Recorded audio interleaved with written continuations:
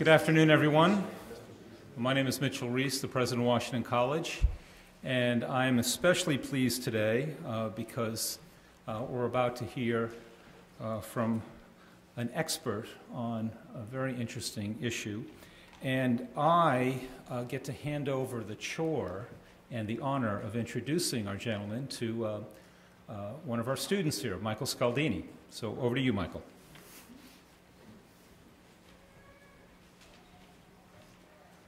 Thank you, President Reese. My name is Michael Scaldini, and I have the great privilege of introducing one of the great minds in international economics tonight. Dr. Horace Woodbrock is the founder of Strategic Economic Decisions, a well-respected economic think tank in New York, which specializes in the economics of uncertainty. Dr. Brock received his BA, his MBA, and his MS from Harvard, and an additional MA and PhD from Princeton in mathematical economics and political philosophy. During his education, he has studied under Nobel Prize winners Kenneth Arrow and John Harsanyi, to whom he's actually dedicated his book. American Gridlock is the culmination of Dr. Brock's rigorous application of logic, political, mathematical, and economic theory to the 5 major crises our nation faces today. And tonight, Dr. Brock will present to you with an analysis of these issues unlike any other, and solutions derived from first principles and axiomatic truths. Ladies and gentlemen, students of all interests, Washington College is proud to present to you Dr. Horace Woodbrock.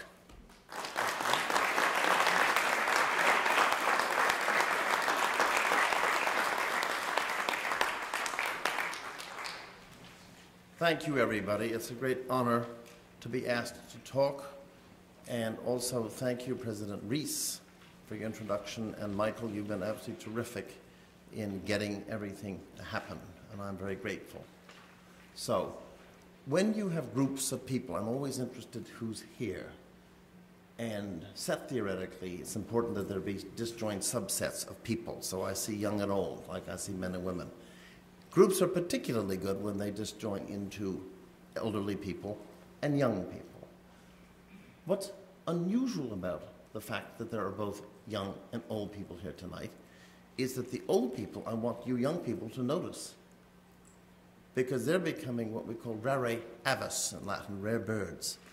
They're becoming extinct as a type of old person. Because what you young people are seeing when you look at these older people is that they are retirees. That is not a word that will be around for long. You won't have retirement.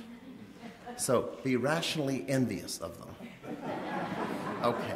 Now, first of all, some good manners. Can everybody hear or not? In the back row, because nothing's worse than hearing someone mumble. You sure? Please let me know if you can't. What I'm going to do tonight is give a very ambitious talk.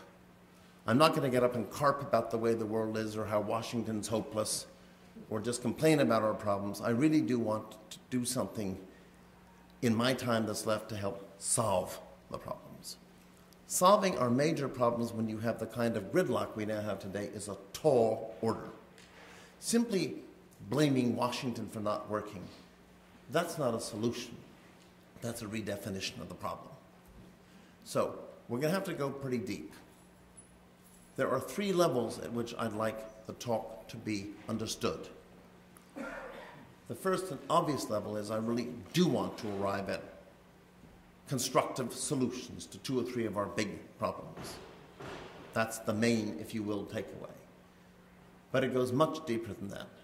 What's most important is the way in which we try to derive answers to our problems, as we were just told, from first principles.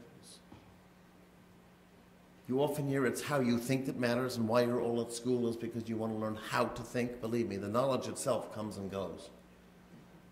But if you learn to think well, it stays with you. It's meat on the bone. It was just mentioned that Kenneth Arrow and John Harsanyi, these people were my mentors and teachers. When you work with absolutely tip-top geniuses of this kind, I don't mean Nobels, I mean the top 2 or 3, 2 things happen. One, you learn you're quite stupid. And the second thing is you end up with a fabulous bullshit detection capability. And boy, do I have that. Because you're trained, they're not tolerant of sloppy thinking. I believe one of the great tragedies today is the young people aren't being taught about the true power of good theories. We laugh at theories, something's theoretical. But Einstein got it right when he said to Max Planck, "My dear Max, yes, it is complicated, but it is a good theory. I like good theories. They do work better." So the more you can base your life on good theories rather than bogus theories, all the better. So let me talk for a minute about how to think, in particular, how to think about the huge problems we face in Washington. And then let's apply what I'm going to say to two problems. How to kickstart the economy right now, which is proving very difficult, but also how to deal with this explosive medical runaway cost problem, where today medical costs are about 18% of GDP, and under some plans they could go to 30% of GDP, which would mean closing the Pentagon. How do you deal with this? There's a third topic I'm going to include, which is my own personal interest and has been where my own work has been done, and that is, what do we mean by social justice? But in particular, not the obvious forms of social justice, which are basically symmetry axioms, like a man's as good as a woman, a black's as good as a white, we all have equal votes. The question of who gets how much of the pie, which is becoming very popular right now, the fair shares question, is known as distributive justice. And I want to show you how rigorous thinking can advance our understanding of that problem, which is quite interesting, since most people think it's all subjective and any theory goes. It doesn't. So there we go. Those are the three topics to which I would like to discuss how to think our way to solutions.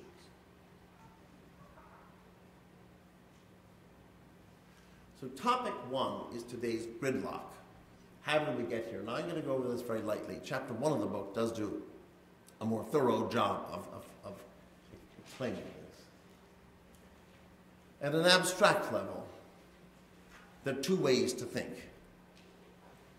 Now, I don't mean how you might think if you're Rembrandt trying to figure out how to paint people's eyes better than anybody else. I'm talking about if you have a problem, a practical problem, a theoretical issue, a policy problem. You can think the way we're being trained to think today, inductively. Find data to support your hypothesis, yes? Or you can think deductively from first principles or axioms. In today's era of big data, or as a trainee in an investment bank whose boss wants an answer at 5 o'clock that afternoon, the message is, and it's a message writ large, get a bigger spreadsheet and get a bigger data dump and crunch your way to the truth. Use data. It is not widely recognized that while data are very important in testing hypotheses, trolling the data, no matter how grand and mathematical the statistical filter is, almost never ends up with particularly interesting insights. Let's take some of the great advances in the history of thought. John Nash, The Bargaining Problem, published in Econometrica in 1950. This is the beautiful mind. The fundamental issue of politics, which most political science books don't deal with, was defined by Robert Dahl at Yale 60 years ago as who gets how much, when, and why. Politics is eyeball bargaining. I don't mean Washington politics, I mean man and wife. It's all about who does the dishes how many times a day, each week, after dinner. Labor negotiations. I want a big raise, you don't want to pay it. Well, we compromise. It's called, we reach a bargain. Washington now is seeking a grand bargain, yes? It's all about bargaining. Bargaining between interest groups, bargaining entailing threats, so forth and so on. That, to me, is res politica. It's interesting that the simplest of all bargaining problems, and if you can't solve the simple problem, why talk about the complicated ones? How you and I divide a pie. I want the whole pie, you want the whole damn pie, we end up compromising. Not often at 50-50. Well, why don't we compromise at 50-50? Why is it 70-30 and then for you two 60-40? No one had ever even formulated the problem properly. And John Nash, who knew nothing about bargaining, he was a weirdo, laid down 5 axioms, meaning properties that a good bargaining theory would satisfy, like when you cut the pie, you don't waste any of it. An axiom is something your Labrador retriever understands. Basic. And then proved mathematically from the axiom. There's one and only one formula saying how to divide the pie when you bargain. He didn't really understand what he'd found, but John Harsanyi, who would share the Nobel Prize with him, redid it much better. And it now turns out that you divide the pie 50-50 only if you have identical preferences for the pie. Preferences not only for pie, I like more and so do you, but preferences about the risks that you will take in fighting for your share of the pie. You see, if you don't reach agreement at high noon, you go home with no pie. So the risk in the game is you and I don't reach an agreement, and we both know we'll go home empty-handed. That helps you explain the solution better. The solution is pie ends up being allocated. You and I reach a bargaining point at the point where pie is being allocated in proportion to our risk aversion. The idea is the more I know I can bargain you down because you have poor kids and you have to go home with something, not empty-handed, and you know I don't have kids and just had a hot fudge sundae, am I not in a position to bargain him down? Now, it was shown in 2003 in a paper I did that this is mathematically equivalent to stating pie ends up getting divided inversely proportional to your relative need. The reason why you're more risk-averse than I am is because you can't take the risk of going home empty-handed. It turns out being needy and being risk-averse are mathematically identical. That is not an easy thing to prove. But it means we can now say that bargaining is all about allocating pie in proportion to the inverse of your neediness. Now, we'll get into this a little bit later. The point is, it was 1950, and no one had ever even thought about the problem. Then along came the data testing this and showing that it works. Einstein, read his 2 major papers of 1905 and 1916, well, there were 3 papers in 05. His general theory of relativity with these predictions that light would be bent by the gravity of a star in an eclipse. There's not one number in the paper. The theory predicts this. 3 years after it was published, Sir Arthur Eddington, who was chairman of the Royal Society in London, took photographic plates and went to the Horn of Africa, famously to test this during an eclipse of the sun. The Einstein prediction was perfectly correct. Newton's was wrong at that moment. Einstein became the most important man on earth by a factor of 100. Data is needed to test hypotheses. But what is the law of supply and demand? What is a computer? What is information theory? How do you divide a pie? What is a fair share of a pie? I could go on and on. F equals ma, E equals mc squared. Those things came from people who thought deductively from first principles, and that's how I was trained. It is far the most powerful way to think. You control the data till the cows came in and never have a clue that bargaining is about relative risk averseness because you can't even measure that. How do you measure how risk averse someone is? Well, the good news is the same year that Nash put that idea to work, the concept of measuring risk aversion was completely solved in a brilliant paper by Kenneth Arrow. Right, so this is interesting stuff. Topics we've talked about for hundreds of years could be now made accessible at a much more rigorous level. But the kids today are being told it's all about data and induction. Here is the problem.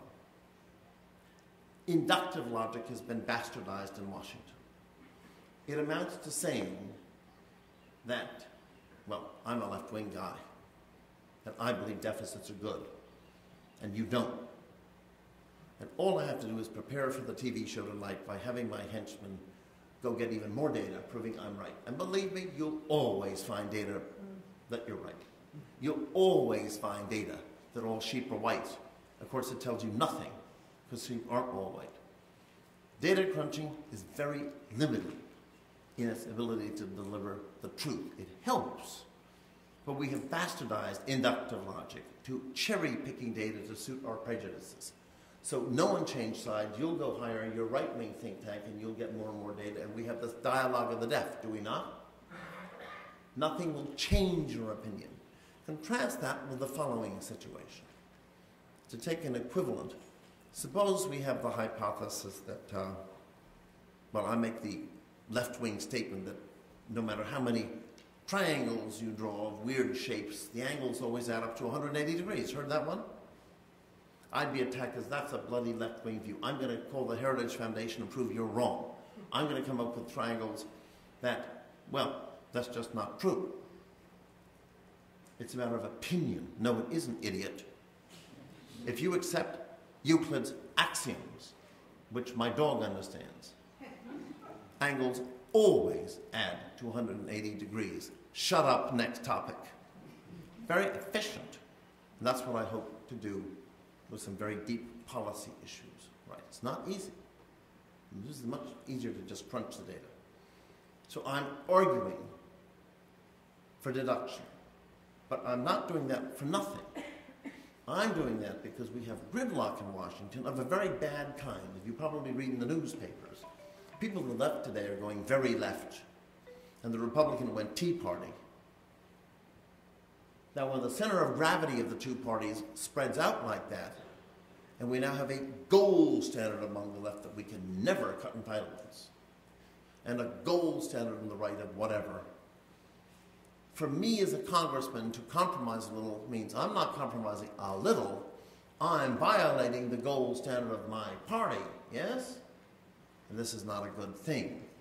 It's one of several different reasons for the gridlock. I think even more important explaining today's gridlock is one which is not talked about enough.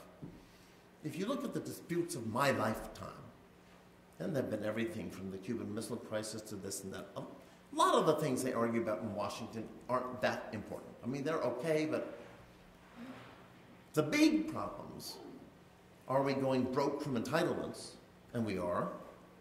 Even very popular, supposedly conservative leaders like Thatcher and Reagan both sidestepped. They're too difficult.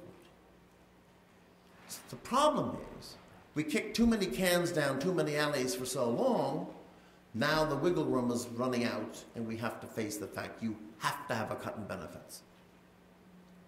So it gets real nasty, and you're going to see very nasty politics because the stakes are now real big. So people say, Woody, how can you come up with a bargain and a compromise where you have to give up and you have to give up and neither of you will because you'll get diselected? The answer is, if you can use higher levels of logic to arrive at new solutions that transcend the left-right divide, then everybody can get on board, and God knows the population wants them to solve these problems. That's the one good thing left. We want these problems solved, don't we? So if you can come up with win-win solutions, not a grand bargain where you both give up your gold standard, but sort of, well, we have a new gold standard and we both agree on it. That's where I want to go tonight. Because that has a chance in Washington, in my opinion. So let me, having made those introductory remarks, get right on to this approach and applying it. Now, first of all, we are in a lost decade. This graph is a nice way to see this. These are recessions since 1947, and I can do the same graph for Europe or Japan. It's identical. You can see here on the far right the big dip this time around. This was a really bad downturn in terms of lost GDP. Now, interestingly, mathematically, the degree of the downturn doesn't in any way say that the upturn, the recovery, should be slow. Indeed. Look at this. Big downturn, huge recovery. So there's an enigma here. What the hell is going on? Now, the downturn was really bad this time, but worse is the upturn. The height of the bars, the 3 bars on the right, is less than half, on average, what happened in 70 years. Does everyone see that? So the recovery is really wimpy. In English, you have to grow at 3% a year simply to get jobs for all the new kids graduating from school. That's called the equilibrium average growth rate. But if you've gone and fired a lot of people and there are 3 years of kids backing up, you've got to grow at 6%. Not only to hire this year's crop of students, but those people who were fired before, yes? And thank you very much. We often grew at 7 and 8 and 10% in the recovery. This time, our average growth rate's been under 2. You wonder that the U6 unemployment rate is still 15%. What's happened when you read the headline employment, that the unemployment rate's dropped to 7.6, which is terrible. But we're supposed to take comfort in that. Excuse me. The real story is that unemployment didn't drop at all. More and more people just give up looking, as is recorded by the U6 measure. Now, it's even more interesting than that.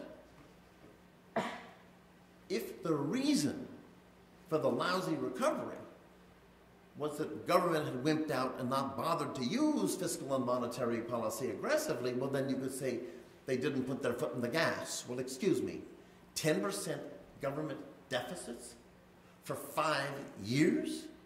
George Bush would have been impeached for 1 year with a 4% deficit, and even fighting 2 years, 2 wars, he never had it.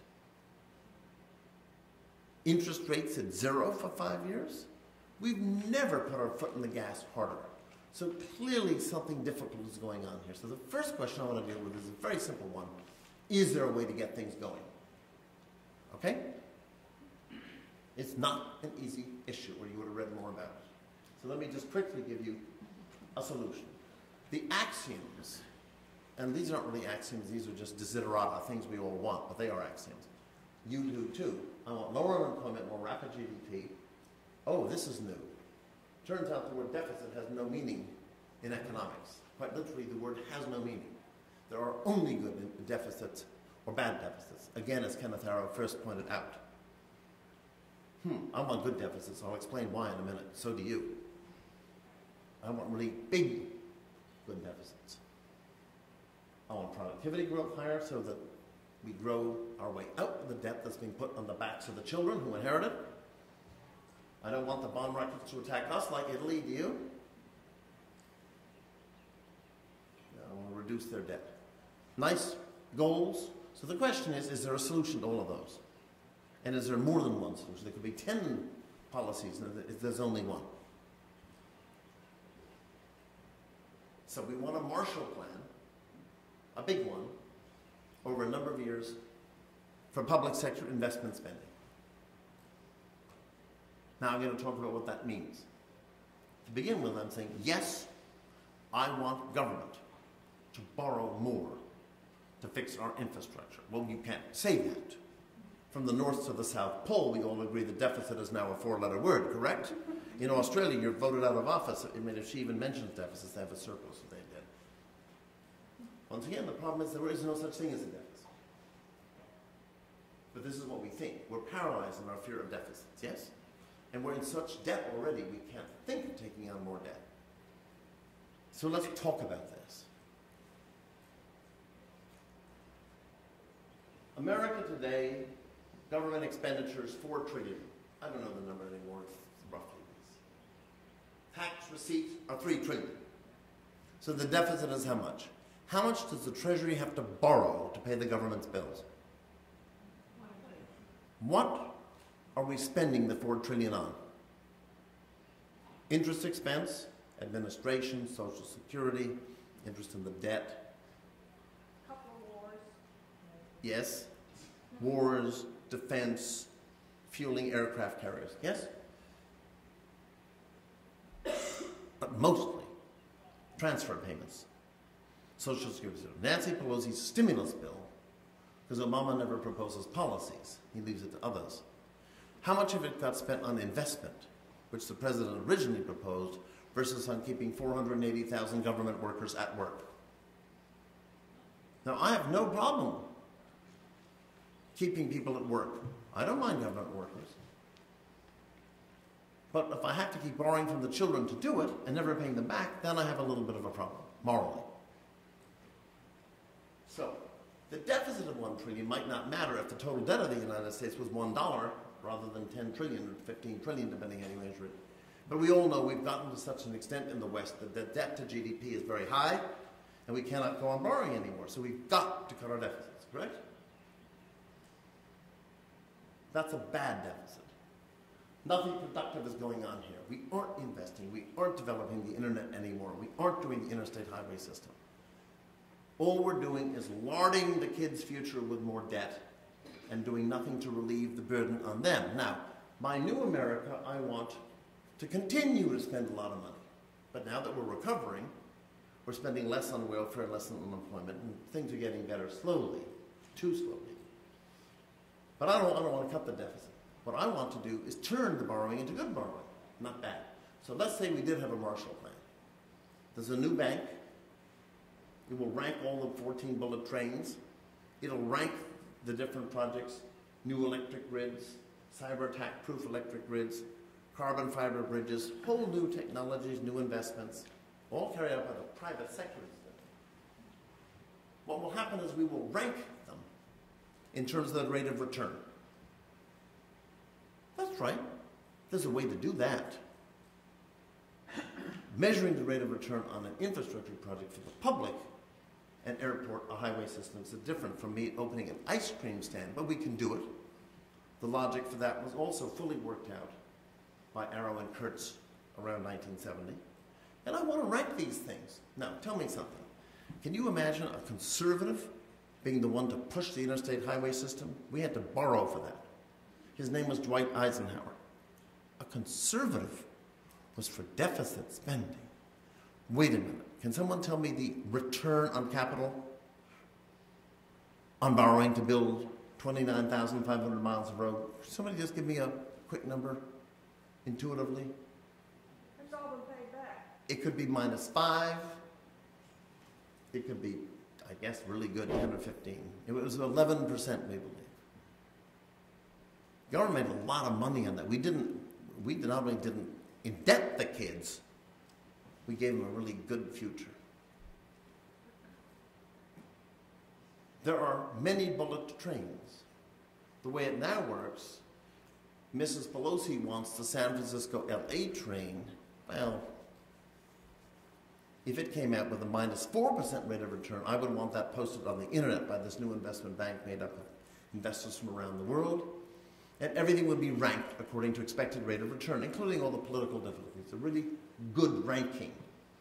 And Mrs. Pelosi would be embarrassed to push for something that was well known to have a negative rate of return, and caricatures of her would appear with the number of hundred thousands of jobs of her grandchildren that her policies would lose. She'd be outed and shamed as the Amish do. That's right. This is capitalism. This is when we want money to flow to where it's most productive. The good news is the following. There's a competition for capital to invest between the private sector and the public sector. The time you ought to have big deficits invested in the public sector is when the relative rate of return on public investing is higher than on private. You are in such a state of the world this minute. The cost to government of borrowing for infrastructure is essentially zero. The rate of return is sky high because we have not had any positive investment net of depreciation for 5 decades. We've let our infrastructure completely fall apart, as you all know. This is not true of Tokyo. It is not true of Switzerland. It is not true of France. The countries whose infrastructure leaks the worst have the highest rate of return for fixing it, correct? So we really need to do this now. And I don't mean potholes. I'm talking about all kinds of things, not to mention education. Country B spends $1 trillion productively. It borrows it. $3 trillion are spent unproductively on Social Security, interest expense, and defense. The point is tax revenues equal the $3 trillion that's unproductive. Does everyone see this? So you aren't borrowing any money from the kids for something unproductive. So a good deficit is when you run a deficit, all of which is utilized for good, profitable public sector investment. Now, right now, you read in the papers about businesses, how they have trillions of cash in their saddlebags, correct? You read about how the Brocks and the Joneses and the Smiths are worried about retirement and are saving more and we're not binging anymore. That's a way of saying the rate of return in the private sector is very low. That's why there's trillions of money available. The Arrow-Kurtz theory says then, if you're a real capitalist, forget all these words like right and left wing, you want to make sure that all the money goes to where it's going to have the highest rate of return. Now it's the government investment that will have the high rate of return, if it's properly done. It's not needed by my clients, John Deere and 3M. They don't want to do it. They'll invest in India. But here we're dead duck. We're dead cat bounce. We're recovering from 35 years of binging borrowing. We're slow. So let the government stimulate the reconstruction of airports, cyber attack proof networks, and all the other kinds of things that should be done and could be done, and once were done. In this case, your bad deficit is 0. You aren't burdening the children. But something better happens, and now the story gets real good. When you invest, you raise productivity growth, which raises GDP growth, which even further reduces the burden of this terrible debt on the young people. But now we have nirvana. This is the real dirty secret.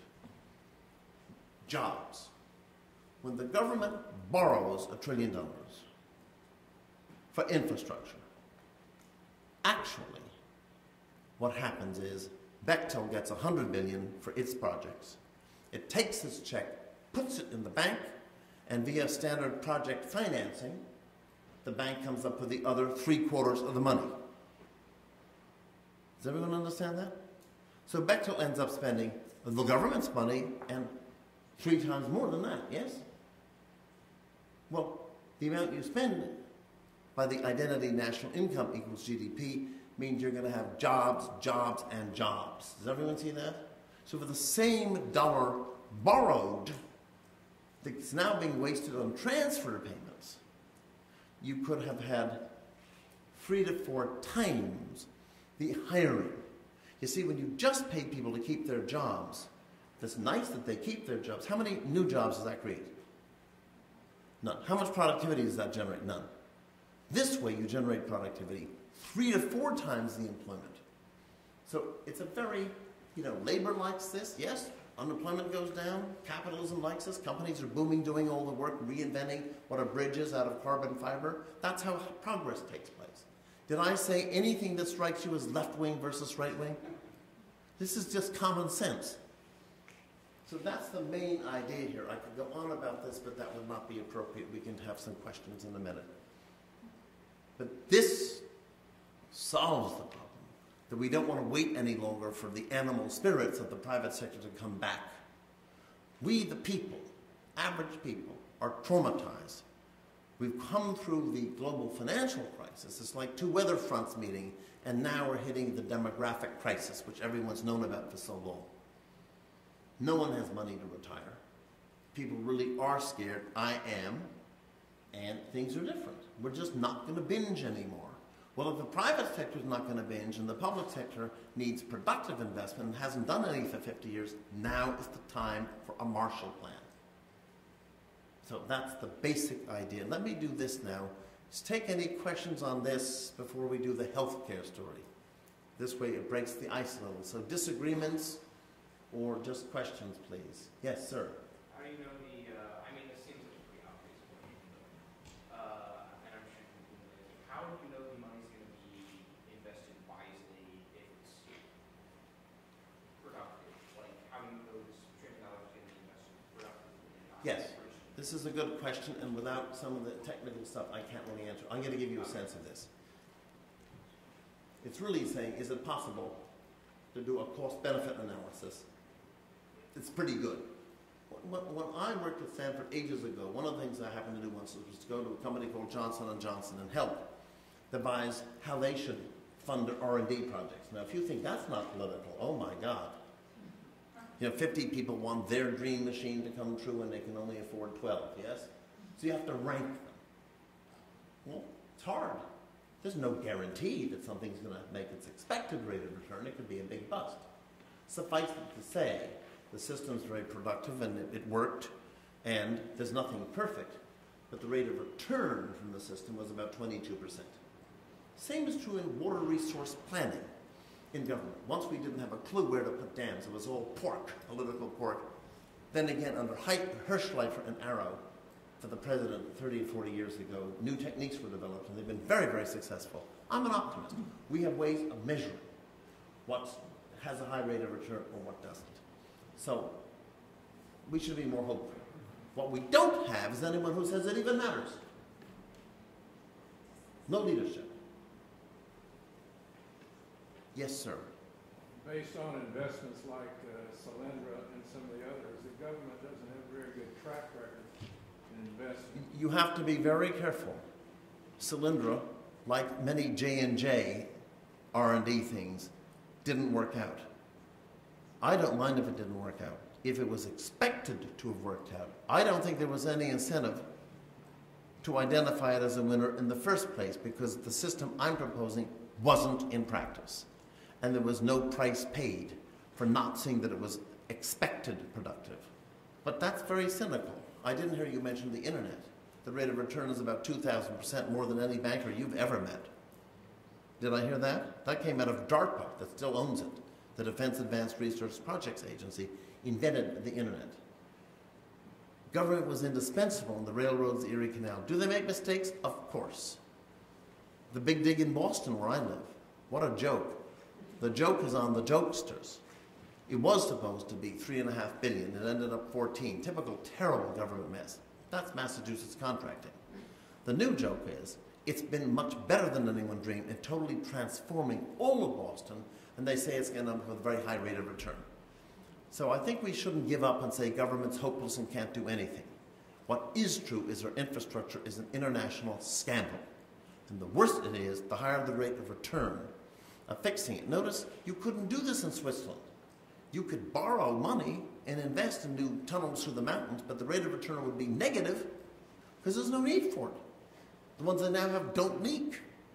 But again, time here, I just want to answer a couple. We can come back to this later. Sir, two more here.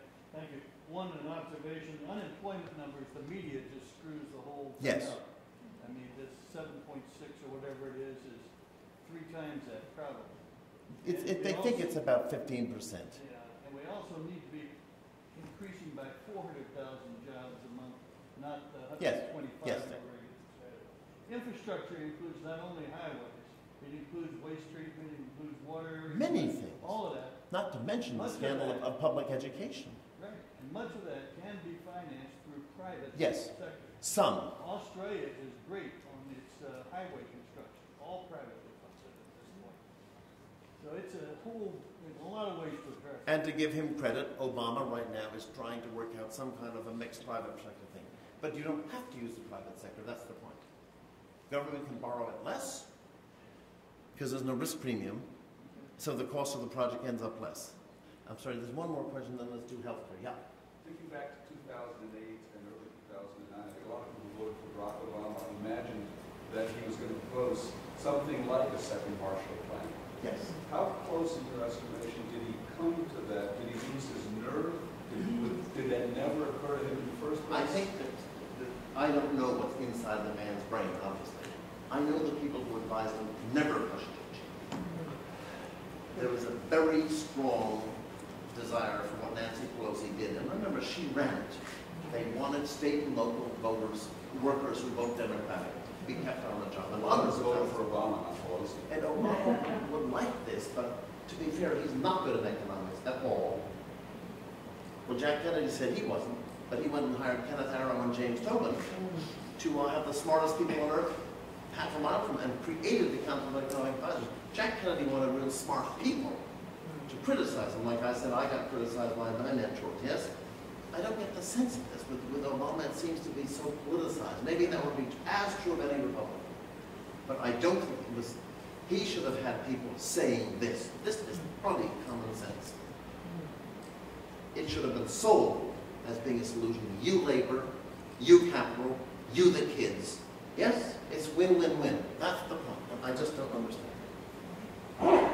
Let me move on here. We now come to the hard one. We're going to deal with health care.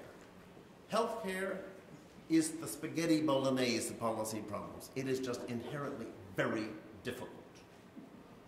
What I want to do is to suggest that there's a solution. It's not the kind of thing most people would think up, because it's abstract. Here we go again. Without using a higher level of logic, it's going to be more about the Cleveland model will save money, no it won't. Tort reform, no it won't. It's going to be the usual things we've read over and over about it. Well-meaning doctors and people saying how to fix things. Everybody has war stories about what works in their medical office. Doctors are not good at thinking abstractly because they're not supposed to. They're hugely knowledgeable. But they don't think abstractly about a system, like how do we prevent American healthcare from going broke. So I want to attack it top down and then bottoms up. This is not an easy topic. I don't need to tell anyone here about this country.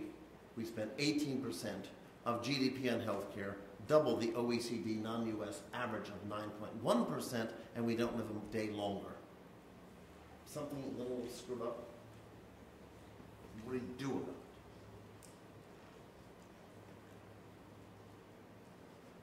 What I'm going to do in addressing this problem is lay down 3 axioms. And in the appendix B of the book, there is actually a 6-page mathematical proof that there is one and only one system. It's not a system, a solution of the problem that satisfies these 3 axioms. Let me repeat. There's one and only one solution. There's a second theorem. If you don't do what I'm going to propose, you basically go bankrupt. Or you have rationing of healthcare, where only the very rich get it, which I don't want. So I'm with the president, and we're just talking at lunch. Mr. President, I want expanded coverage. I'm more radical than you are. I want near universal coverage, with the appropriate penalties for people who choose bad lifestyles and the kind of things that should have been done long ago. I want full coverage. And Obama says, well, that's maybe too ambitious, but we certainly went part of the way with Obamacare. Yes, Mr. President. Now, Mr. President, I also want no rationing. No rationing. Well, Mr. Brock, are you suggesting that Obamacare causes rationing? Well, I said, Mr. President, you've seen the heads of the Harvard Medical School and Columbia Presbyterian and other people saying that some of the new proposals are causing doctors to get out of the business, and that the head of the Harvard Medical School put it best when he said, you all have new policies, you have more access. That's the favorite word in Washington, correct? Tens of millions of people have more access, meaning they have coverage and they can go get.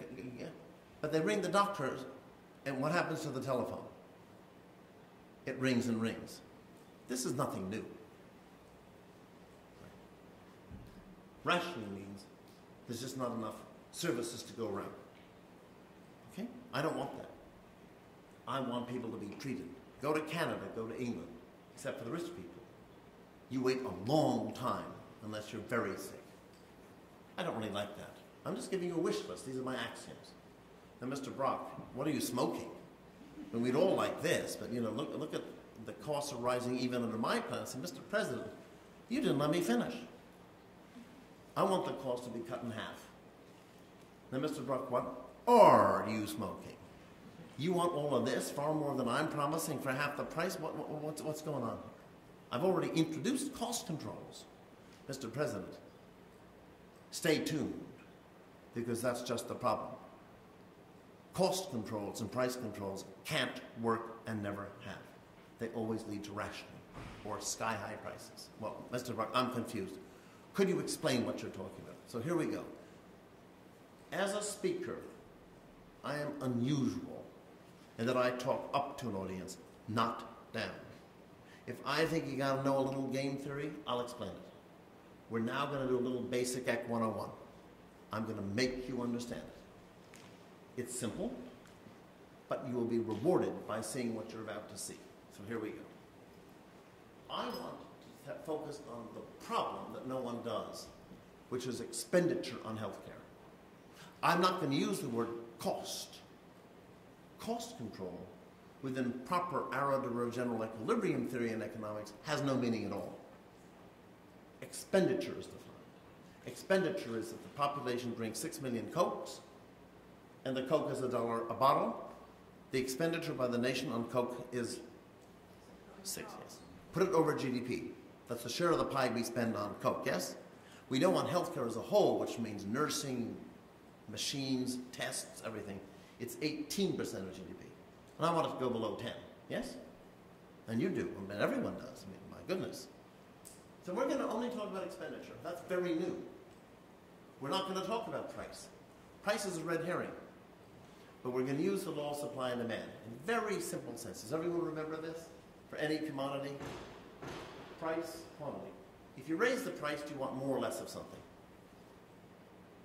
If I make it more expensive to buy those shoes, you're going to substitute. So the demand curve goes down. Does everybody see that? Now, if you and I make the shoes and something happens and suddenly it's just much more profitable than before, you and I will hire him and produce more shoes, correct? Supply curve goes up. Does everyone see that? The nice thing is they cross once. The crisscross point is the equilibrium where price sets supply and demand equal. Does everyone review this sort of common sense? If not, ask me. All right, simple. Now, the way when you go to school you study this is you learn that there's no such thing as saying, well, supply is going to grow faster than demand because supply always equals demand. That's the whole point of the big dot. So what you learn is, and Paul Samuelson, the first Nobel from America, the dean of post-war economics, said that most students understand this for maybe a day or two and then forget. But the point is, it's the curves that move and nothing else. Supply and demand curves is an abstract concept. Most people don't think that way. But what I'm saying is, take D, the demand curve. If suddenly everyone discovers that by eating more apricots, you get all kinds of antioxidants and calcium and good things for you, so the demand at any price goes out. So everybody see that how D, the line goes out, meaning no matter what the price, high or low, I want more than I used to at that price. So the line goes out, okay? So we use this as a tool. You're my expert on supply. You tell me that's going to move out. You're my expert in the demand for wheat. You're the meteorologist who advises him on what's going to happen with weather. And we have a best guess at the new crisscross point, correct? E prime. Does everyone see that? Now, if I'm a farmer, I care about the price I'm going to get for wheat. So I'm interested in the direction of the arrow on the price axis, correct? But if you're a commission salesman, you care about the change in quantity because you're paid per unit of quantity. Does everyone see that? So some people might care about this arrow, commission salesman, and some people care about price. But most of us care about price, yes? This is simple. I'm doing something different. I'm not interested in price or quantity. I'm interested in the arithmetic product of the two, expenditure. So here we go. Expenditure. If it's $4 for a bottle and 4 bottles of Coke, how much did we spend on Coke? May I hear it? That's right. Now the world changes and you help me and we figure out the new curves. And what happened to expenditure as a result of this shift of curves? Answer? We're spending a lot more. More than you think. All that gray is new expenditure, correct? But I want to get expenditure on healthcare down, don't I? Down from 18% of GDP to below 10. How's this? I want you to suppose that over 20 years, and this is a graph of over 20 years, every year the S curve goes out a little faster than the D curve. No matter how fast D is going out. Now D is going out because there are a lot of old woodies, correct? We're aging, so isn't demand going to grow? I don't care. I just want the S curve to move out a little faster so that when I go to sleep for 20 years and wake up, that's the cumulative shift. Does everyone see how now S is really, the S arrow is way out? Yes? Does everyone see this? Just accept that we can push S out. Could someone now tell me how much we're spending? It used to be how much? 16? Can I hear how much we're now spending? Wait a minute. We're spending less. Oh, I forgot. There are an awful lot more old people out there to be treated. We don't want rationing, do we? Oh, could someone tell me what happens on the Q axis? Quantity, does it go up or down? It goes up. How much does it go up? What percent? 50% more treatments, no rationing. and the bloody bill is lower. Big time lower. This is a nice picture, but you could come back at me and change the numbers, and it wouldn't work. So, here is the point. The theorem is that regardless of the numbers, you will always have this happen. There'll be a point where healthcare expenditures peak, and then they decline towards zero. Did everyone hear what I said? And this satisfies all the axioms. No rationing. Everyone has access. And healthcare expenditures drop. Let me give an example. I want you to think of the telephone industry in 1980. I want you to write down how many people made phone calls and the average number of calls, the average number of minutes per call. So that's our sort of expenditure pattern on phones in 1980. Take what we spend on all those calls and put it over GDP. That's X% of GDP went to phone calls. Fair enough?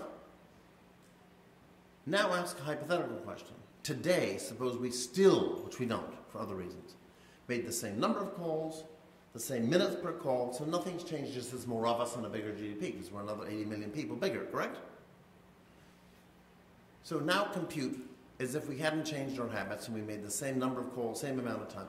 The bill for phone calls for the same amount of calls per person, would that share of GDP have gone up or down?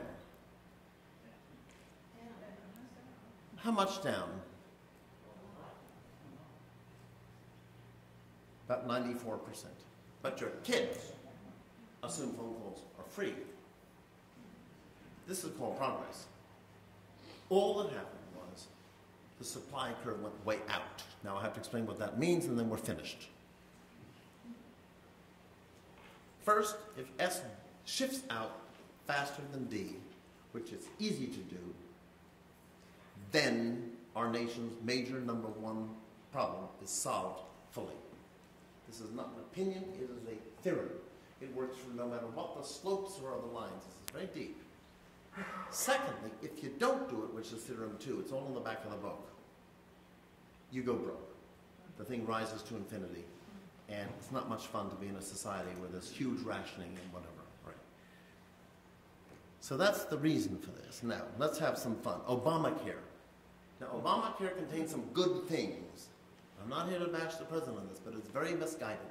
In Appendix A of the book, which was written by a Harvard grad student in economics, who read the whole bloody 2,400-page bill, his conclusion, written in Appendix A, was that Obamacare was all about giving teeth to demand. If you, the small businessman, don't cover your workers, you're in real trouble. You read about this all the time. Nothing is said about more supply. Nothing. Now maybe that was an oversight. I'll go to my grave not understanding this, but that is what's in the bill. It can be fixed in the future. That's the good news. You can build on Obamacare. But let me give you the worst example of what could happen. We know there are a lot of Woodies getting old, so D goes out, correct? And we know, well, what do we know about supply? When you tell doctors who do Medicare treatments on people that will pay you 30% less from procedures, what do? They drop out. No, they don't drop out of medicine. They go into the only profitable area left, which isn't regulated, and that is the booming new area of sex change therapy. All right? So, notice the graph. If this happens, oh, and I can give you many stories like Tanzania in the 60s when the president, Julius Nyerere, was very well-meaning and very liberal, said, well, the farmers are getting too much money for the crops. They're not going to get it anymore. We want the money to go to the people in the cities, which sounds nice. Can you predict what happened? What did the farmers do? They stopped out and the people started. It was famous. So look at these graphs. This is not a joke. Expenditure doubles and not one new patient is seen. Does everyone see this? That's happened throughout history by not understanding the basic stuff I'm pointing out. Let's take one example of how I now want to think about this. What I want to do is not take the whole industry, but every reform every doctor or economist makes and test every one of them by what it means for the supply and demand curve. That's what's new here. Does everyone see that? Let's take tort reform. Sounds good to me. Well, people have to have fair treatment, fair arbitration, whatever.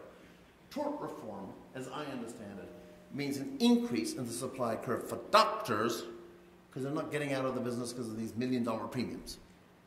So by not getting out of it, the supply curve goes otherwise outwards, yes? Now we come to a different market. This is called a mixed market equilibrium. The demand for tests. I'm having a finger operation in 2 days. I was made to have $2,000 worth of tests just to make sure that I could have this done. They admitted it's a joke.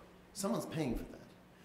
What happens to the demand for tests when you're no longer sued? Is there less demand or more? Maybe we'll have Woody have 2 tests, not 5. Sound familiar? Is this common sense 101? So notice what happens here. You just have a nice big fat savings introduced into the system. That's just a tiny little example. How do you move S outwards? The first and obvious thing is you increase factors. Harvard Medical School per capita, as I understand it, has not had more graduates per capita, in fact, less than 50 years ago. But we're getting real old, and back then we were young, and now's when we need it. Plus the physicians all say that 25% of them are retiring, so we have a real supply problem. I want more nurses, nurse aides, like paralegals. That will push S out, but that's not the big story.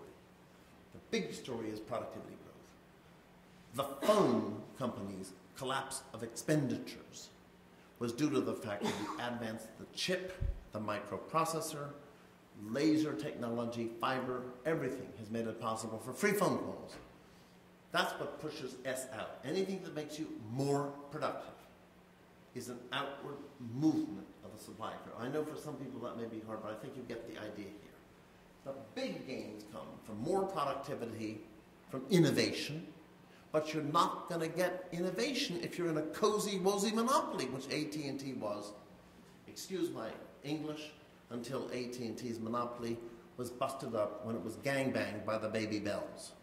Suddenly, miracles started happening. I mean, this is as old as the horses. The system today is cozy-wozy. It's nonsense. Expert system technology. Freshmen at MIT could develop expert systems where you go in and talk to an artificial doctor for 90% of the reasons any of us have ever been to a doctor, where incidentally the nurse writes the prescription. She knows all about this. You don't need the doctor standing in front of 5 degrees. This could be done easily at 4 in the morning for $5 with an expert system in Walmart. Easily. Already they now have doctors able to do 5 operations at once. What do they call it? Robotic surgery. All of this is an outward shift in S. So it's very possible to do this. We've just been too cozy-wozy for too long. So there you go. For example, those things are good for demand side. They push the demand curve backwards, like less tests that are unnecessary. And on supply, those are good for supply. But I am not a doctor, and I've learned about this. What we need to get doctors, which they don't do, to ask this new question, everything I think would make the system better, be a doctor. How does it push either curve out or backwards, all right? That's the imperative that comes out of this. We've got to filter our policy changes through the law of supply and demand, which is not an obvious point. If and only if S goes out more than D, we'll all be happy campers. So that's the end of this topic. I hope that was helpful. Now, questions on this, just a couple, and then I'm going to quickly do this and we're done. Is that all right so far? Sir? This is a bit general, but I was wondering, if these changes are so self-evident that the only thing you get from is gaining, why haven't we sort of been compelled to make these changes? Well, who is the we that has to be compelled? You see, this is the game theory problem. Were this simply a market in widgets, the answer would have been, it would have been in everyone's interest to do this. But there's a very good paper, I hate to keep saying this, it's considered the definitive paper in the entire history of, called The Welfare Economics of Health Care, published in 1963. Again, it's the same guy, Arrow, that's considered the definitive paper. And what he did is to show the ways in which, and they're very not obvious, Healthcare isn't like widgets. It's a very difficult, mixed public-private phenomenon, and the main reason comes from the economics of uncertainty. Healthcare is all about health insurance. You and me starting an ice cream business, we don't need any insurance at all. So anytime you get insurance and collectivization of a problem, then government has to come in one way or another. It's just a very difficult problem, so I can't do more than to just point out your question's a good one. The answer is complicated by that reality. Lastly, my favorite topics. Justice. I want to go quickly here. I came along in the age of John Rawls. He was the definitive moral philosopher of the West. His book, A Theory of Justice, was, I guess, one of Harvard Press's best-selling books in 80 years. He taught me, he had quite a, what we would call left-wing theory, but what made the theory interesting was rather than just having an opinion about justice, he used something called decision theory. And you probably know about John Rawls, and he said, let's pick a tax code as if we knew in a state of nature that we were going to be born disadvantaged. Now, if I know I'm going to be born at the bottom of the ladder, I'm going to pick, and she's going to pick, and you're going to pick a very redistributive system, correct? He developed a whole theory which is held up not that well, but you know, it's very important. He reawakened interest in the topic of fair shares. I was completely taken by this. Now, the British utilitarian system was different. Do what's good for the greatest, pick the tax code that maximizes the greatest good. Sound good? But no one had ever said what that really meant. This other guy named John Harsanyi, who shared the Nobel Prize with John Nash, he showed how if you take a system and say, rather than in the state of nature assuming we're all the worst, I'm going to pick the Constitution based on assuming I'm worst off. So I'm going to pick a very left-wing Constitution. He said impartiality requires that you assume that each of us in a state of nature has a 1 over n chance, an equal chance of being rich, poor, blind, or seeing. Yes? You're unbiased in having an equal chance of being in anyone's shoes.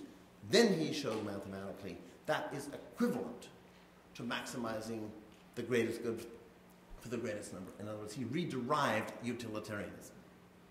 And in the Handbook of Game Theory, which records this, and he was asked to write all this up, there was a third theory proposed that re-examined the whole issue of distributive justice using an advanced branch of game theory, and that was mine.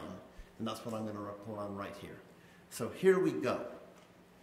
Since that time, there hasn't been really that much done in this.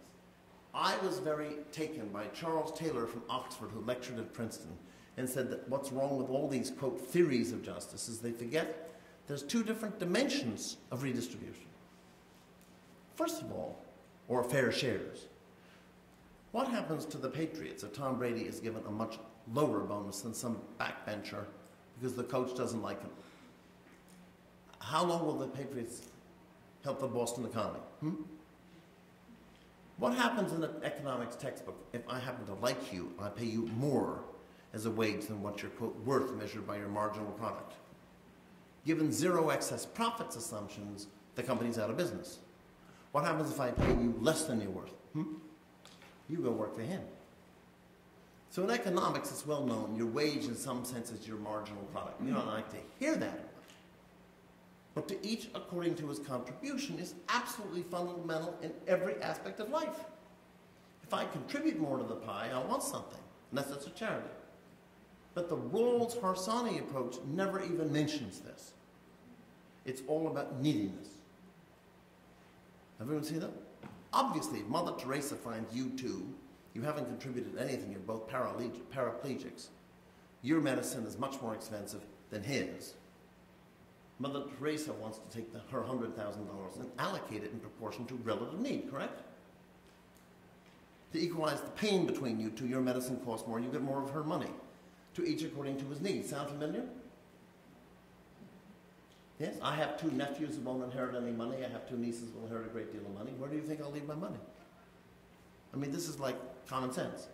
The problem is, moral philosophers tend to be left-wing, whatever that means, and absolutely ignore what happens when you don't, in a productive situation, where you do bake a pie, the person who studied more, worked harder, worked longer, invested more money, if that person doesn't get more out of it than someone else, the system just doesn't work. And you end up with no pie for anybody. So what I did is just basically think of it in this way. The tool is called a super game, which is you play one game and the prize is you get to play another game. This is the Constitutional Convention. You pick some constitution, including, let's say, make it a tax code. Then you go out in the real world and you hustle. Taking as given the Constitution of North Korea, and in another regime taking as given the Constitution of South Korea, we all do what's best for us, correct? And our families. Repeat, given the rules of the game, we all hustle and do the best. Huh. I want to make sure that we pick the set of rules of the game that lead to the best second stage game, i.e. where you have growth, fairness, stability, etc. Does that make common sense? The point of my argument is within these real world, let's call it 8 to 5 hustles where we all go out and try to make our way, if you don't follow to each according to his contribution, it's not going to work.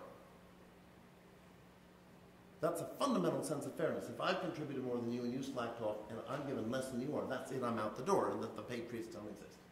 But here, when it comes to choosing the tax rate that will apply to whatever it is we get pre-tax out here, where we are paid pre-tax, what we're worth, quote unquote, to the firm.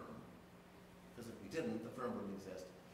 Now we come to the redistribution part, the tax code, the tax rate. Here, the founding fathers are sitting around a table and no one's contributing more than anyone else. They're like a Mother Teresa trying to figure out what system is going to be best. There is no claim of Jefferson contributing more than Madison. From that standpoint, what I argue is, since there's no contribution, you fall back on relative needs, which is more fundamental. And so, relative needs guide you in stage 1. But the two go very much together. It's a bit complicated, but I think you can see the basic point here. Let me explain in practice what this means in the last slide of the talk. Taxes are all about paying for public goods. They go back to the beginning of time. There's nothing capitalist or not about taxes. The fact is, capitalism won't work, as Adam Smith said in The Theory of Moral Sentiments, unless you have courthouses, roads, and armies. How can I, the property owner, support myself in court if there isn't a judge? Well, the private sector won't provide public goods because it has no incentive to do so, so government provides the army. We get taxed. Sound familiar? So there's no way out of this. The question is always, who should pay how much of the tax? Now, conservatives will say flat taxes are best, correct? I mean, Stephen Forbes ran for candidate on this, a friend of mine. Let's everybody pay a 14%. That's the end of it. I joke and I say, Steve, you're just not nearly conservative enough. What is this equal tax rate? Hey, let's take the cost of the government, divide by the number of workers, and charge everybody the same dollar tax. Yes? There's only one problem. 30% of the population would starve to death in trying to pay it because their income's less than that. So this is just some nonsense, the notion of a flat tax. It's appealing because it's simple. But the real point is that you have to take into account ability to pay. All right? Buffett's right. If you make $1 million a year, it's much easier for you to pay 20% than it is for somebody with $20,000 a year. That 20% of that person's income will deprive his family of needs and necessities. So that's why progressive income taxes have long been used. Not always, but it's been known that the very poor can't afford to pay the taxes, but the princes often were taxed to pay for it. It's now been shown formally that relative ability to pay and the inverse of relative neediness, all these things are the same. So what I'm saying is, when it comes to fixing tax rates, progressive tax where everybody pays. Remember, everybody benefits from public goods. Everybody benefits from the police who cleaned up the marathon, not just the rich or the poor. So everybody should pay. In California, 60% of the people pay no income tax at all. Nothing. I want a big tax base where everyone pays. If you tax people too much, it turns them all into crooks, as we know. So you should have a system where the poor pay a lot less and very poor people don't pay. It's progressive, but reasonably progressive. Personally, I have a view, if you take more than 40% of someone's total income, they become crooks. They'll do anything to get out of it. I'd much rather see 10%, 15, 20, 25, 30. If you take more than a third of someone's total income, it makes problems. But that's just, not the point. So once again, The first stage game is one that you arbitrate based upon the relative neediness of people. Given the rules of the game, we all go out and hustle. And my pre-tax pay better be less than yours if I'm sitting on my butt and not working and you're staying up nights doing things that matter. Right? So both can be satisfied, both norms in their own domains. So this is a new attack on the problem of fair shares that recognizes the two different dimensions of the problem. And surprisingly, utilitarians and other people just never looked at it this way. So I'm now finished. I thank you for your patience with the talk. It's probably a little longer than it should have been. I've tried to show that in everything as diverse as healthcare reform to the concepts of fairness, justice, that thinking at an axiomatic level more fundamentally in terms of basics, not using any data, you can arrive at solutions that are commonsensical, satisfy axioms, and I don't really think you're left-wing, right-wing at all. So thank you very much, and any other questions? Dr.